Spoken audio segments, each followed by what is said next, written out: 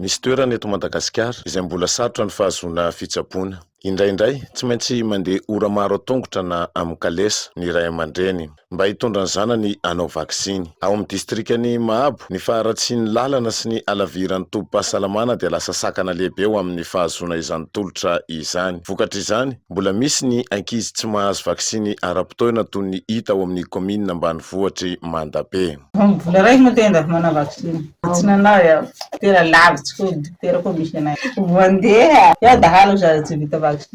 Tandadondoza amin'ireo aretina mifindraingana toy ny polio sy ny rougeole ireo zaza ao amin'ny komina ambanivohitry Mandabe satria mbola misy ireo zaza tsy vita vaksiny sy ireo tara ihany koa vao manao izany vaksiny izany. Ny aminay aloha zany tena mbola misy ny zaza tsy vita vaksiny dia ny fahatarana koa fahatongavandreo manao vaksiny ity satria aminay aty any ho any amin'ny fahefa-bolan'ny aorian'ny fahaterahany reny izay vao tonga ety amin'ny hopitaly.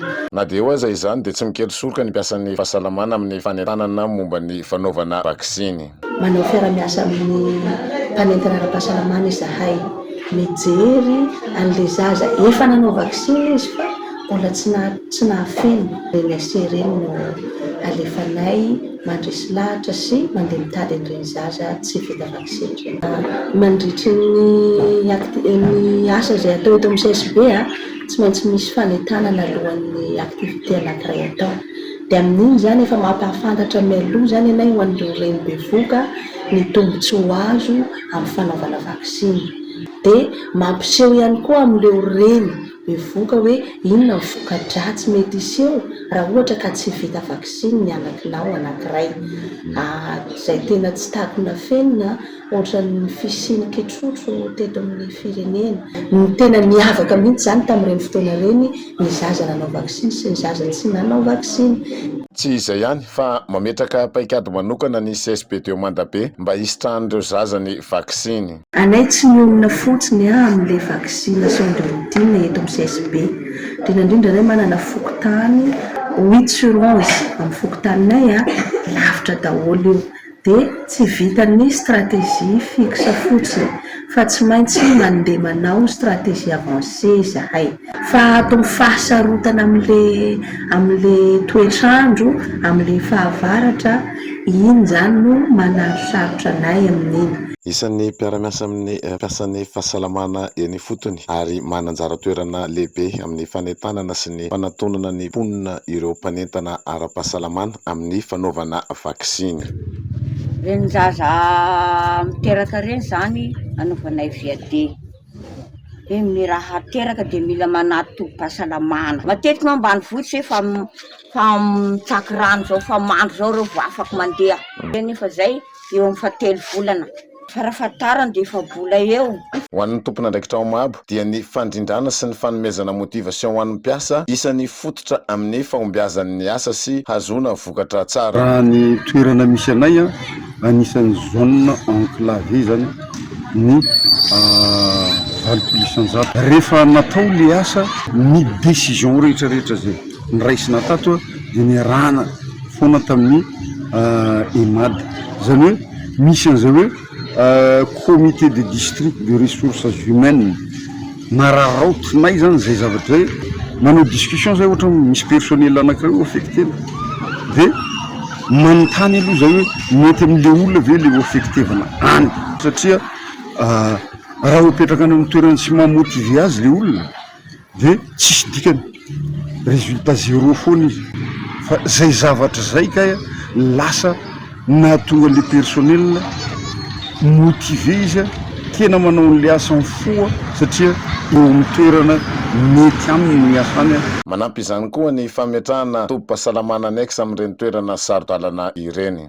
Eto koa zany zahay koa ato amin'ny district Mahabo rehefa nahita an'le bonne pratique nataon'ny mpampianatra zay dia mba nataonay koa izy hoe nametraka nanaovanay azy moa zany annexe.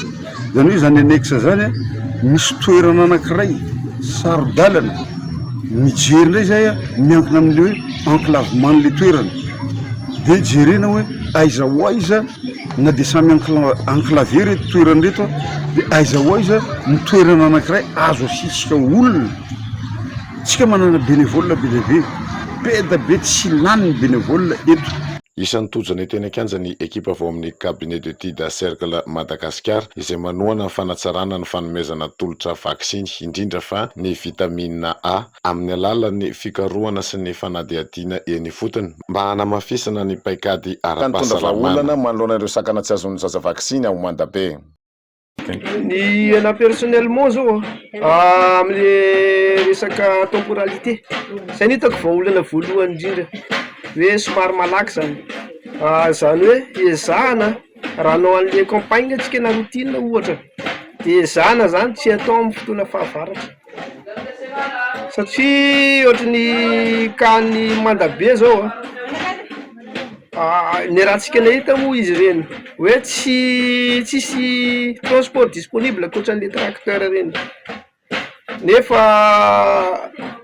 za manokana aloha nijery tena karazany hoe traitement plus ou moins inhumain ihany izy satria tena fijaliana vao tonga taty nefa ianao tsy maintsy andeha amin'iny le asa tsy maintsy atao ary tsy maintsy vita de manarak'izay tokony izy koa zany ny fiarahamentana amin'ny samy fokon'olona hoe amin'ny resaka fanaovana lalana asa tana maro na de mbola misy aza ny sakana toy ny faharatsian'ny lalana sy ny alavirana de hita ao amin'ny distrika mabo ny fiarahamenta mampiasa amin'ny fahasalamana sy ny ponina saingy raha tsy voavahy ireo olana ireo de mbola izy zaza tsy azo ny fiarovana tokony ho azony ny fanatonana ny ponina sy ny fanentanana eny fotony no fanalahidin'ny fiarovana ny taranaka ho avy satria tsy misy fampandrosoana maharitra raha taranaka marefo no miatrika ny ho avy.